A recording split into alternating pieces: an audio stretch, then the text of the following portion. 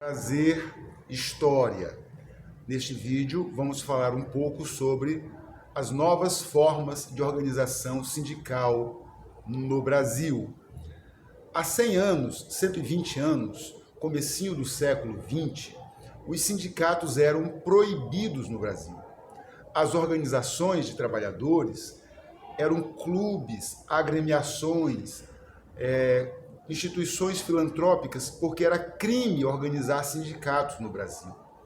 É dessa maneira que muitos times de futebol nascem.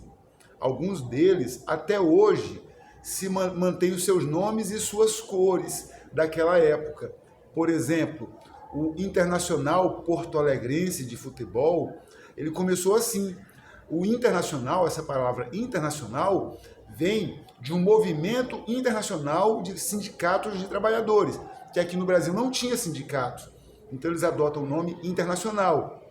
E era um clube, né, para disfarçar, para driblar a lei, era um clube só de trabalhadores. E eles iam lá para se reunir e aproveitavam para discutir política e sindicatos. Por isso eles usam o uniforme vermelho, que é a cor, até hoje, dos movimentos trabalhistas.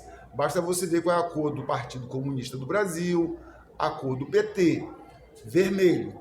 O Grêmio Recreativo Porto Alegrense também era uma associação de trabalhadores. O Palmeiras, que os antigos conhecem como Palestra Itália. Por que palestra? Porque era um clube de conversação, era um clube de diálogo. Eles sentavam nesse clube nos dias que tinham folga ou à noite para jogar bocha, jogar cartas e conversarem e articularem suas lutas trabalhistas.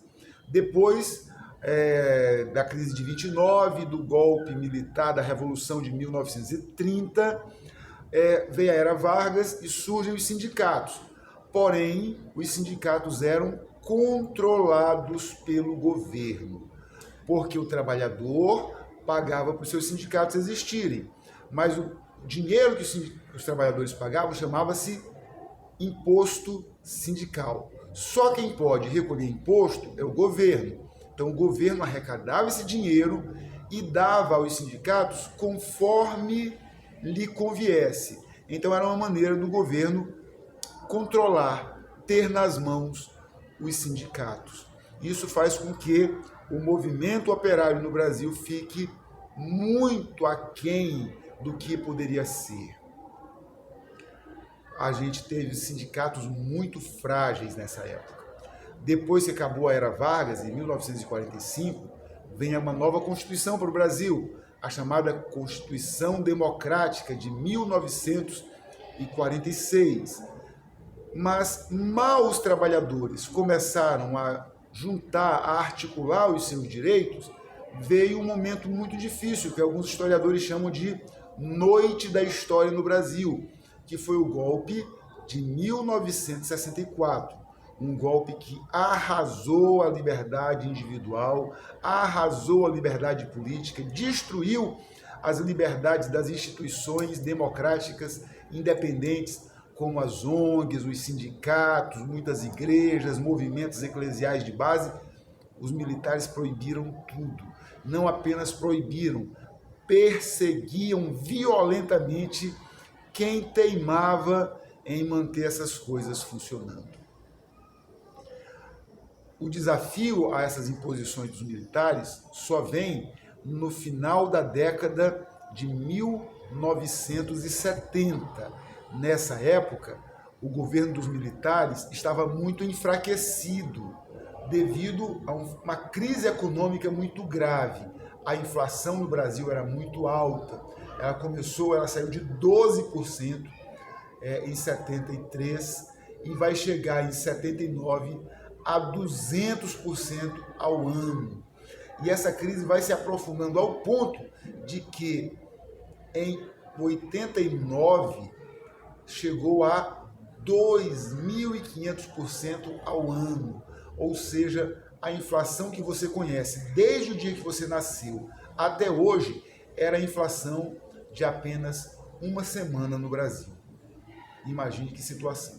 Então os trabalhadores estavam entre a cruz e a espada. Se eles ficassem calados, aceitando tudo que lhes era dado, iam morrer de fome, de miséria. A outra opção era ir para as ruas, se articular e lutar por seus direitos. E desafiar a Polícia Federal, desafiar o Exército, os generais que governavam o Brasil.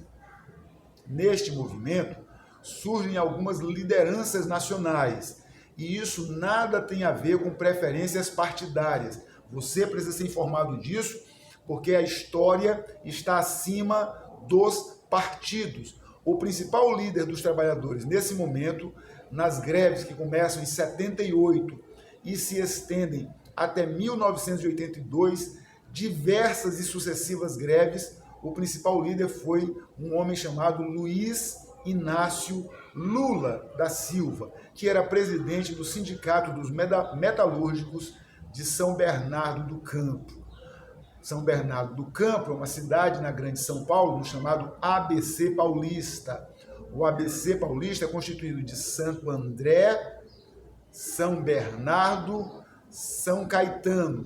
Depois virou ABCD, porque incluiu-se a cidade de Diadema, também grande polo industrial nos dias de hoje. Então, a ABCD é Santo André, São Caetano, São Bernardo e Diadema.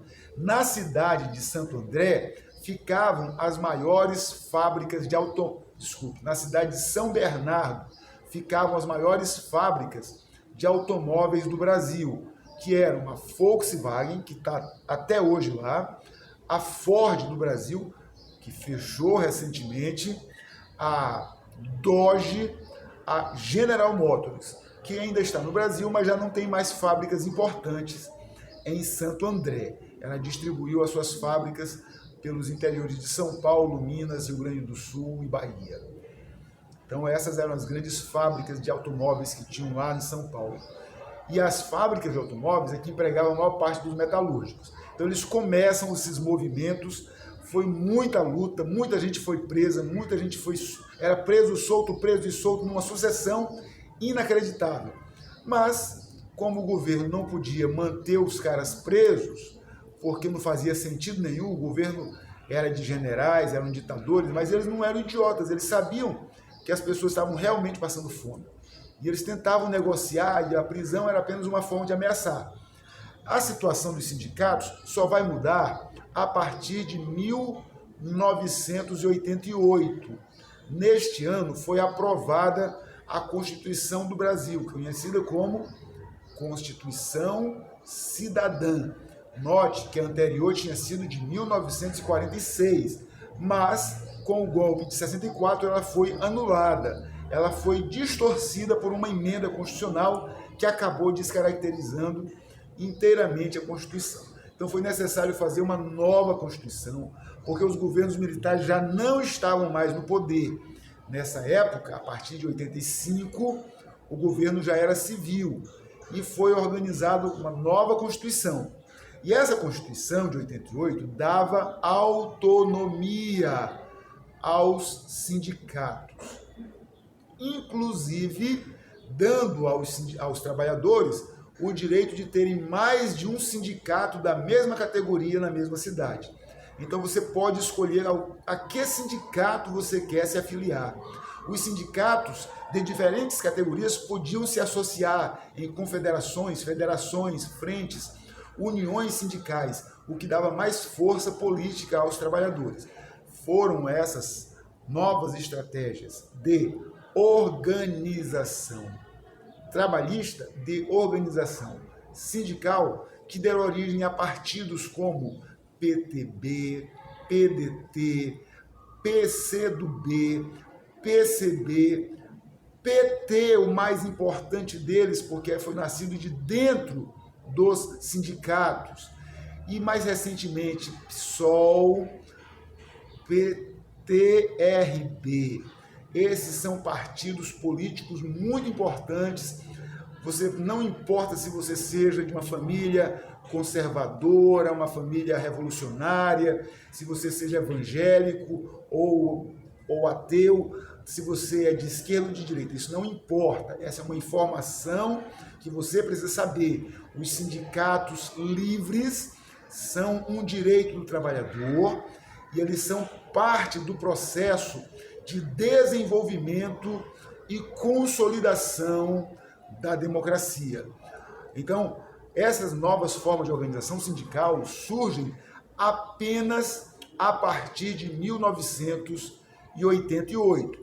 E com essas novas formas de organização e também com as novas realidades, é a primeira vez que os sindicatos no Brasil não estão presos aos governos, como estiveram entre 30 e 45 e entre 64 e 85, e também não estão mais precisando lutar por democracia, porque já existe democracia.